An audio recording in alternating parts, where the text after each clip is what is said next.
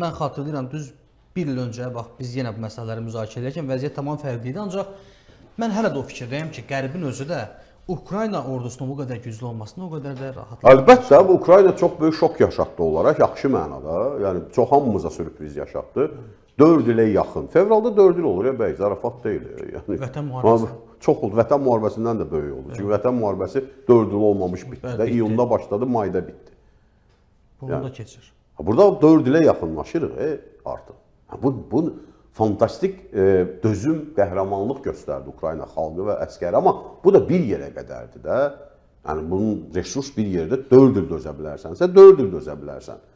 4 il dözə bilməsi olan yerdə sən insanlardan 6 il dözməsini istəyə bilməzsən.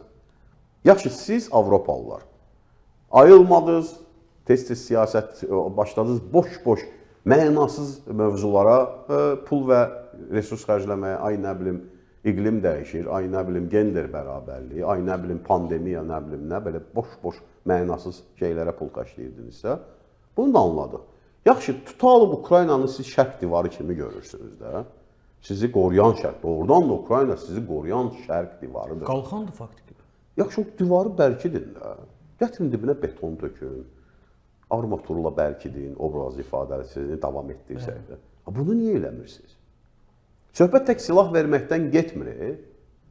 Söhbət ondan gedir ki, Şimali Koreya gəldi Rusiya ilə bir yerdə vuruşdu. İndi siz demokratik adlandırırsınız özünüzü. Bunu eləyə bilmirsinizsə, bunun 50 dənə proksi yolu var da. Fransız legionu bəyən Fransa dövlətinə aiddir. Fransa dövlətinə formal olaraq aid deyil. Hə, Fransa dövlətinindir. O formal olaraq ÇVK-dır. Bəli, muzludur da. Muzludur.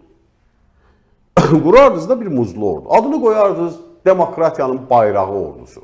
Nə bilim, insan haqlarının qalxanı ordusu. Nə bilim, Rus gəldi, qabağını kəs ordusu. Nə bilim, bir ordu, proksi ordu qurardınız. Hər yerdən yığardınız, maaşını da verərdiniz. 3000-5000 avro da aylıq maaş verərdiniz. 200 min, 300 min, 100 min, 150 min heç olmasa ordu göndərərdiniz. Tamam fərqli bir şey olar. Əlbəttə.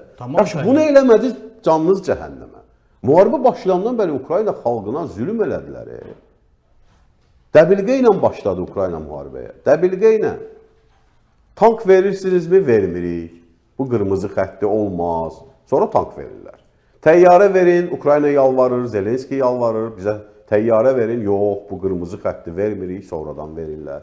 Raket vermirik, sonradan verirlər. Raket veririk, Rusiyanı vurmayın. Raket veririk, amma bunu etməyin. Bütün bunlar qərbdən gələndə, Biden'ın dönəmindəki Amerika və Avropa Birliyinin belə deyək də, mənasız davranışlarını gördük də bu dövrdə. Yəni, nə istəyirsiniz indi Ukrayna xalqından? Bacardıqlarını elədilər. Siz amma gəlib o divarı möhkəmləndirmədiniz. O divar yıxılarsa, Allah eləməmiş, sizdir də. Bizim bunun tarixi kökləri, fəlsəfəsi də var da. O vaxtda, məsələn, Kazaklara pul verib Avropalılar. Türklər də verib, Osmanlı da kömək eləyib yeri gəlmişkən. Bilirsiniz niyə? O Mongol-Tatar İqa deyirlər, o istilaları. Gələndə onlar Polşaya qədər geyib çıxardılar. Yəni. Onların Balqaristana qədər geyib çıxdıqları olub dəstələrini. Onların qarşısını kəsəndə o çöllüklərdə, Ukrayna çöllüklərində Kazaklarla işbirliklər olub da. Yaxşı, heç olmasa tariximizi yadınıza salın da. Həmin bugünkü Rusiya imperiyası, həmin o Mongol imperiyasının bəzi format olunmuş versiyasıdır da. Format olunmuş versiyasıdır. Yəni, o vaxt, yaxşı, o divarı gücləndirin, kömək eləyin də, onu da eləmədilər də. Problem budur. İndi gələk Amerikaya, ən maraqlı və ən güclü tərəf. Əvvəl onu deyim ki, bu müharibənin necə bitməyindən asılı olmayaraq, Rusiya Ukrayna üzərində müvəqqəti qələbə qazana bilər, amma Amerika qarşısında ciddi məğlub olacaq. Artıq olub. Və olub. Ukrayna isə məğlub olmayacaq bir tək variantda ki, Ukrayna suveren, müstəqil dövlət kimi qalsın. Sərhədlərinin hansı formada olmasından asılı olmayaraq. Suveren, müstəqil dövlət. Bax, bu çox önəmlidir. Çünki Ukrayna adında müstəqil və suveren dövlət qaldıqca Rusiya qalib deyil. Vəssalam. Və Finlandiyada da bu tarix kitablarında da yazılır da, deyir, biz müharibə elədik, vuruşduq, Amma Finlandiya adlı müstəqil dövlət qaldırsa, deməli biz qalibik. Nə olsun ki 10% torpaq itiririk. Yəni budur məsələ. Amerika nə istəyir? Amerika düşünür ki, zaten bu müharibənin istənilən formada ya davam etməsi, ya bitməsi mənim əlimə oynayır da. Hər iki variantda da dividendlərini hazır saxlayıb və götürür. Davam eləmək istəyirsiniz. Xatırlayın da Trump'ın bir ay bundan qabaq belə bir məşhur təyyarədə verdiyi açıqlama var idi ki, vuruşmaq istəyirlər, getsinlər, vuruşsunlar. Sülh istəmirlər, vuruşmaq istəyirlərsə, getsinlər, vuruşsunlar. Nə qədər istəyirlər. Nə deməkdir bu? Hə, yaxşı. Vuruşmaq istəyirsiniz, razılaşmadınız. Mən silahı satıram NATO-ya, NATO dövlətlərinə, o sizə verər, verməz özü bilər. Özü çox qəribə konfigurasiyada NATO-ya satıram deyir. Amerikada NATO-da nə fərqi var ki, NATO-nun ən vacib ölkəsidir. Amerika müharibə bitsə yenə odur. Müharibə bitsə nə olur?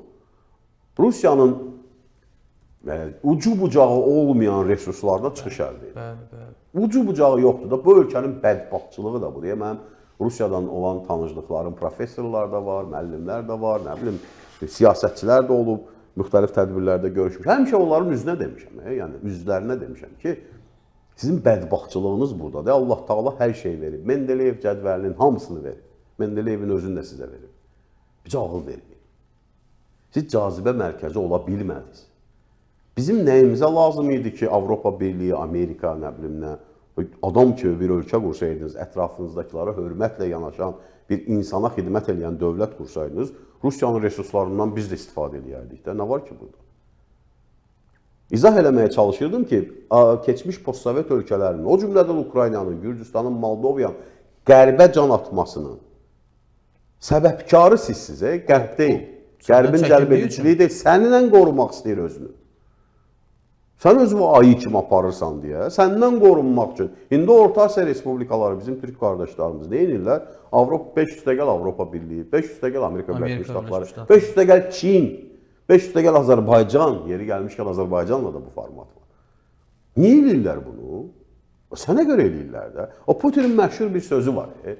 Bu müharibənin ilkin səbəbləri aradan qalxmalıdır. Pervonaçalne prичины deyirlər ruslar. İlkin səbəbləri aradan qalxmalıdır. Və ilkin səbəb kimi də Ukraynanın NATO-ya üzvlüyü. Ay Putin müəllim, bu müharibənin ilkin səbəbini axtarırsansa, ilkin səbəb Rusiyadır. Rusiya 90'lardan sonra normal dövlətə çevrilsəydi, postsovet məkanında indi tamam başqa konfigurasiya olardı da.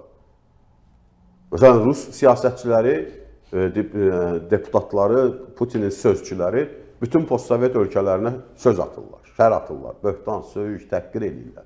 Qazaxıstanı da, Qafqazı da, Ermənistanı da, hamı. Ki, bunlar yel əsib, qoz tökülüb, nə var ki, qərbə inteqrasiya eləmək haqqında düşünürlər. Sənə görə